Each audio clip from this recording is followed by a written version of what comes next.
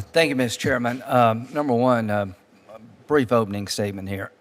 If you're really serious about countering China, and we all are, you have to show up. You have to show up and offer to people in the world an alternative to Belt and Road. Yeah. This program, the DFC, is sort of like the best thing we have going for us right now. And $1 billion, it should be multiple times that. And what the chairman is trying to do, and no matter who wins in 2024, we're going to be partners on this issue. Senator Sheen's been great. All of our colleagues up here sort of get that you're not going to compete with China through a lens of isolationism. Why are we spending money over there? Well, because people over there affect the quality of life over here. If you want to stop illegal immigration, let's improve the quality of life in places where people are coming from. If you forgot 9/11, which was over there, I haven't, taking your eye off the ball can really lead to a lot of money and lives being lost. So without some soft power, as General Mattis said, you better buy a lot more bullets, because if you don't show up and turn things around before it's too late, you wind up getting sucked into military conflict, or you lose influence in a world that China is trying to dominate. So the equity aspect of this makes perfect sense to me, Mr. Chairman. The goal is to run this more like a business. We have the former ambassador to Japan here. We are going to have to redesign and reimagine foreign assistance. The MCC, the DFC, the fragile state approach, the food security conservation fund, where you're having the private sector put serious money involved and the government partners up, is the only way to get outcomes.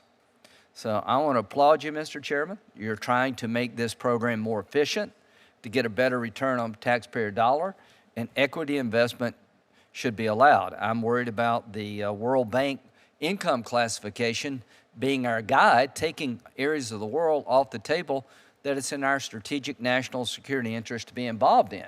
It should be about what's best for us. It's not what the World Bank does in terms of income rating, so I'd like to change that. To my colleagues here, don't tell me about how tough you're on China if you're going to let Ukraine fail. You're not. If you don't see the need to support Ukraine then, related to China, you're missing a lot. Don't tell me we're going to be tough on China if you don't have something like the DFC to compete with the Belt Road Initiative. So this subcommittee, I think, has done really good work in this space. President Bush started it. President Trump continued along these lines. Even though he cut the account dramatically, these are one of the programs he saw value in. And I want to support President Biden's effort to grow the footprint here. So the bottom line for me is that this is a program worth investing in at a higher level, taking some of the limitations off the program to get maximum benefit should be our goal in 2024. And I'll end with one question, basically. Mr. Nathan, is China your chief competitor in the spaces that you deal in through the DFC portfolio? And what would happen if this program went away vis-a-vis China's ability to influence the world at a greater level? Senator, thank you for the question, and thank you especially for your comments before that. I wholeheartedly agree with what you said.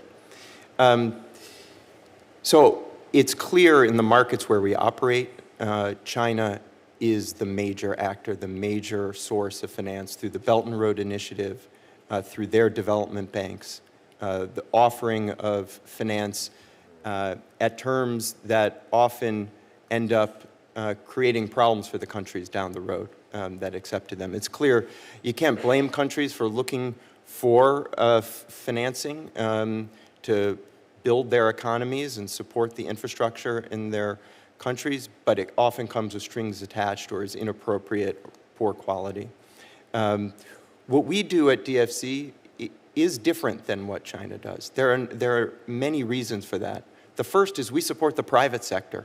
I'm a strong believer that the best engine for alleviating poverty around the world is a robust economy and a robust private sector. We also adhere to extremely high standards.